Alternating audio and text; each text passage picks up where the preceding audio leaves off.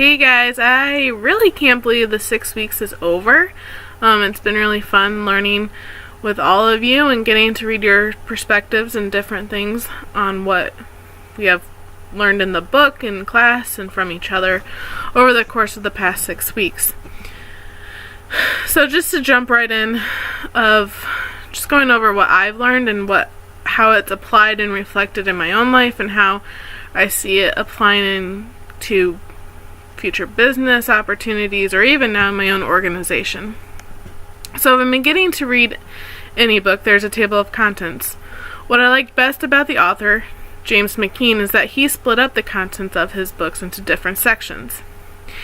He had his chapters under different subheadings and parts, which made it easier to understand the ebb and flow of his thoughts. It also worked well to understand what would be learned that week in class and what to expect. There's 4 sections that are recorded, the first being delivering value with IT, the second section being IT governance, the third section being IT enabled innovation, and the fourth section being IT portfolio development and management. From these sections, there is much to be learned in how it can be implemented into businesses and how it can improve the way that business is conducted. Simply beginning to implement small changes in the communication and interaction with IT professionals will change the way the outcome and attitude of what is perceived about technology and all of the advances. Currently, in my own organization, there seems to be a disconnect between us and the IT department. This might have something to do with the fact that we are a part of the county, and within the county there are different agencies, like there are the courts buildings, there's the maintenance buildings, there's the emergency management teams, there's the sheriff's office, there's the agricultural office, auditors. Basically any county entity falls within that, and IT has to cover it all. So, and there's not many IT guys for the whole county. The first step for any agency would be learning to understand the value of IT. James McKean states, increasingly, managers are realizing that it is the interaction of people, information, and technology that delivers value, not IT alone. Studies have shown that strong IT practices alone do not deliver superior performance. The first step for implementation of IT begins with the relationship with others. The value of IT begins with the interactions and relationships that is built with the people in that department. As an example, I work in a helping profession, but before I can help someone, I need to gain their trust. I need to build rapport. Building rapport establishes that whether that person can be trusted and if there will be room for growth and change to occur. This can take time, and I understand that time is of the essence in some cases. Technology takes time. However, the second step in understanding the IT value is the organization is learning to adapt to new ways of working. Information must be compiled, and customers must realize what new products and services are being offered. So just like rapport building, learning how to use the services that are current is just as effective as waiting for new technology to come into play. I think this also kind of goes in line with when you understand your current technology, you know how to use it effectively and are able to explain it then to your customers who are then able to use it effectively and efficiently. So keeping the customers current is important, but the rapport with them outside of technology is also important. Understanding the value that IT brings is imperative with others. Just as the value of knowing the customers of the business, it is also important to know the value of IT and what it can do for the business. As mentioned above, it is important to build rapport with those in IT, developing those relationships and keeping the lines of communication open. It is not always going to be about the best technology performances, but the interactions with others. I know for me that for any retailer or anything, it's more about the relationship or rapport I can build with the store associate, whether or not they use technology. I think technology at some points is going to fail us. So when you're able as a customer to feel that you are being heard from this business itself is just important in and of itself.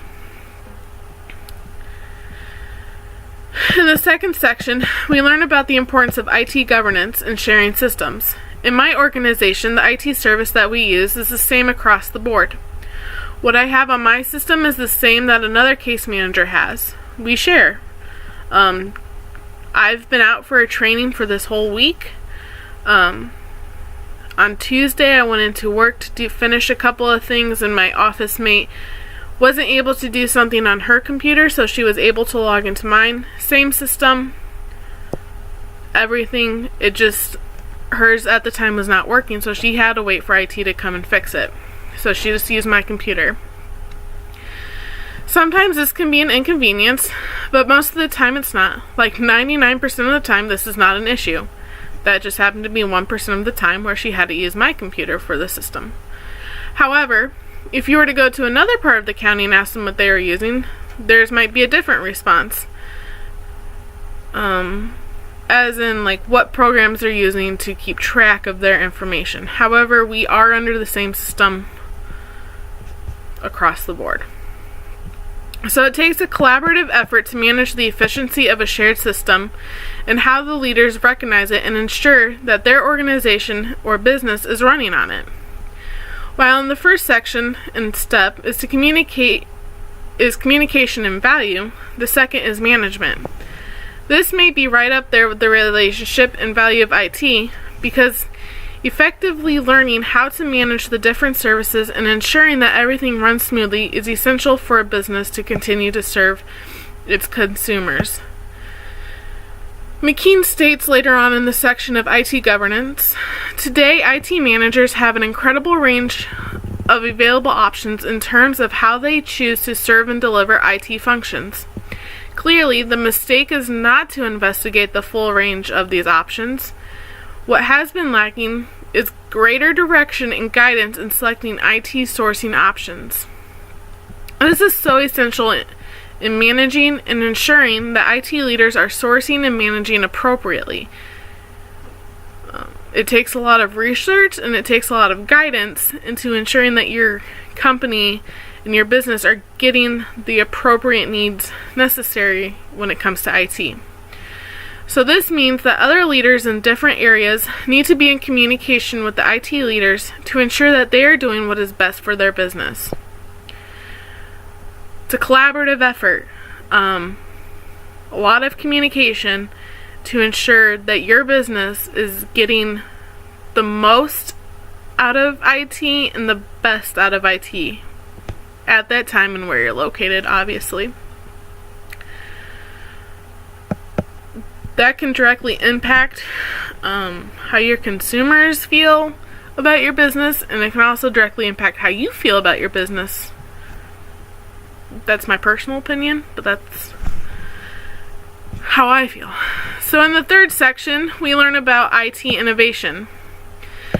This should mean that every leader should be giving their employees the opportunity to be creative and innovative with what is at their disposal. This should also not limit what they are able to do. There are many subsections within this section, but the one that I feel is the most important for any business is the customer experience aspect. However, McKean states, recognizing the need and delivering an outstanding customer experience are two different matters. While all organizations give their customer an experience, either positive or negative, few as of yet have committed the time and resource to analyze, manage, and improve it on an ongoing holistic basis. So what the customer will experience with your business will determine whether or not they are going to continue the business relationship with you. I know I've had experiences where I don't want to go back to the business just based on what was delivered in service to me. So not every business will be perfect in this area and will need to work on their customer service. From personal experience, sitting in the drive-thru lane at McDonald's, it can take forever and sometimes it's not as personable. Then we have Chick-fil-A, where you have ordered, paid, and received your food before you've even left the speaker at McDonald's drive-thru. Plus, their customer service is top-notch. At least in this area, it's some of the best you're going to get. So I'm not sure what the difference is. I have not worked at either of those places, but I would guess that they have the same technology systems in some way. What it comes down to is the ease of customer service and how IT innovation has impacted that particular business. Having the business know how to effectively use their technology and always come up with better ways to serve their customers. The fourth section, IT Portfolio Development and Management, we learn about how, as a business, we are able to develop and manage new technologies. In one of the most recent articles I read, the retailer Rue21 hired a consulting firm in order to advance their technology use to ensure that they are able to reach their customers in a way that has not been done before. So when it comes to development, it also requires that the staff of IT to manage what is new for their business. Finally, organizations have significant unmined resource in the informal information kept by knowledge workers in their own personal files. Information delivery mechanisms of the future will look for opportunities to organize and leverage this information in a variety of ways, McKeen states. So leaders of businesses need to use the people that they have. Obviously, some of us don't get asked what our ideas are, or we don't get to provide feedback. So for business leaders, it's important to talk and engage with their employees and ask for feedback. Ask what they would do in a situation. It's our own businesses that have the keys to unlock potential for what our business could be. So essentially, the takeaway from this class is it comes down to communication between all that are involved. There can be so much that can be learned from people that are within your own business. This goes for the people in IT, some that go unrecognized in IT, until there is something wrong. For my business, the first step for any business is to listen before speaking. Listen to those that are more advanced in their understanding for different departments. This also means listening to your customers so that you are able to better your product. Second, communicate with others in your business and work together to develop a strategic plan for the business and the direction that it's going. The third and final step that I would recommend would be managing and delegating appropriately and necessary within your business. Overall, IT is a good thing. A lot of the times I feel like we just let it go unnoticed and we don't take the time to communicate with them effectively of what we would like. So value your IT people.